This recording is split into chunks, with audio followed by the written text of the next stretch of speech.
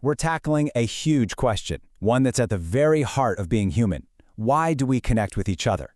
I mean, from the second we're born, we're forming these bonds that literally define our lives. So we're going to dive into 5 really different psychological theories that try to explain this powerful, fundamental need. Have you ever really stopped to think about it? You know, why a baby just instinctively clings to its mom? Or that deep, undeniable love you feel for your dog? It might seem simple, but there's some seriously fascinating psychology going on behind the scenes. And here's the thing. Psychology doesn't just have one neat and tidy answer. Nope, it has 5, and they're all pretty different from each other. So think of this as an investigation. We're going to look at our question through 5 unique lenses to see if we can piece together the full story. All right, our first lens takes us way back to our evolutionary roots. This is the biological perspective. And it basically says that our need to connect isn't just a feeling. It's actually hardwired right into our DNA. And it all boils down to one simple, powerful driver: survival. So the key idea here is something you've probably heard of: natural selection. It's pretty straightforward, right? Traits that help a species survive and make more babies are the ones that get passed down.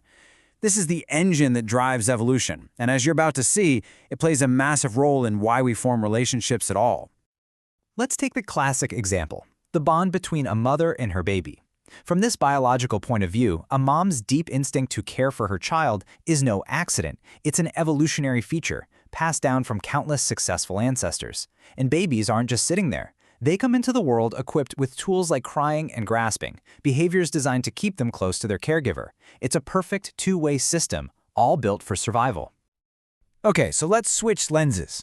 We're shifting from our deep biological past to our own personal past. This brings us to the psychodynamic perspective. This view zooms right in on how our very first experiences in childhood create a kind of map for all the relationships that follow. The big idea here, which you might know from Freud, is called object relations. It suggests that our first major relationship, usually with our mother, creates a psychological blueprint. The way that bond feels, the quality of it, that pattern can then unconsciously shape how we connect with friends, partners, you name it, for the rest of our lives. According to this theory, our journey of connection starts with us. As babies, our world is just us. Then, our first connection, our first love object, is usually our mother. From there, that circle of connection slowly expands to the rest of the family, and then eventually out into the wider world. It's this gradual, step-by-step process of learning to bond. Get ready for a total shift in perspective. Our third lens, the behaviorist one, just tosses out instinct and the unconscious mind. It argues for something much simpler. We aren't born needing to bond. We learn it. It's all based on rewards and experiences from our environment. The bond with a pet is actually a perfect example of this. So on one side, you have the pet. It learns through what we call classical conditioning. It feels hungry, you give it food, and bam, it starts associating you with good feelings. That's the bond. But then there's you, the owner. You learn through something called operant conditioning. You feed the pet, which stops it from barking, a negative outcome avoided, and you get a happy pet and feel like a great owner, a positive reinforcement. See? It's a learned behavior on both sides. Okay, our last 2 lenses are all about what's going on inside our heads, our conscious thoughts, and our deeper search for a meaningful life. First, we'll look through the cognitive lens, and then we'll wrap up with the positive psychology approach.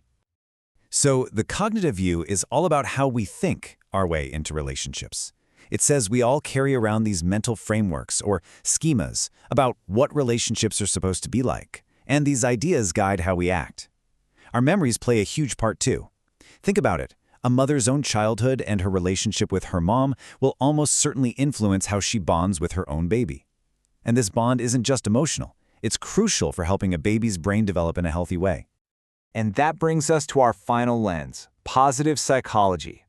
This one asks a really powerful question. What makes a life worth living? And from this perspective, relationships aren't just nice to have. They are absolutely essential. They're what help us go from having a merely pleasant life to a truly good and meaningful one.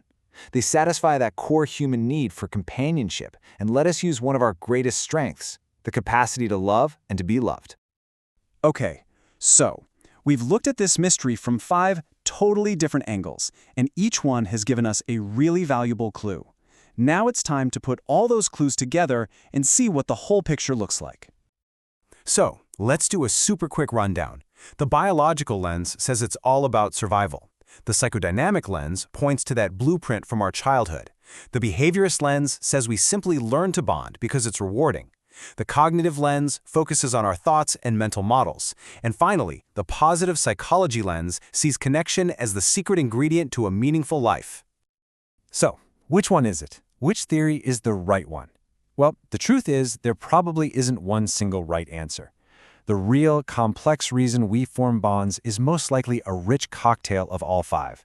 It's our ancient biology, our personal history, our learned behaviors, our conscious thoughts, and our search for meaning, all mixed together to create the connections that make us who we are. And that brings me to my last question, and this one is for you to think about. When you look at the most important relationships in your own life, with your family, your friends, maybe even your pet, which of these lenses feels like the best fit? Which one really seems to explain that connection for you?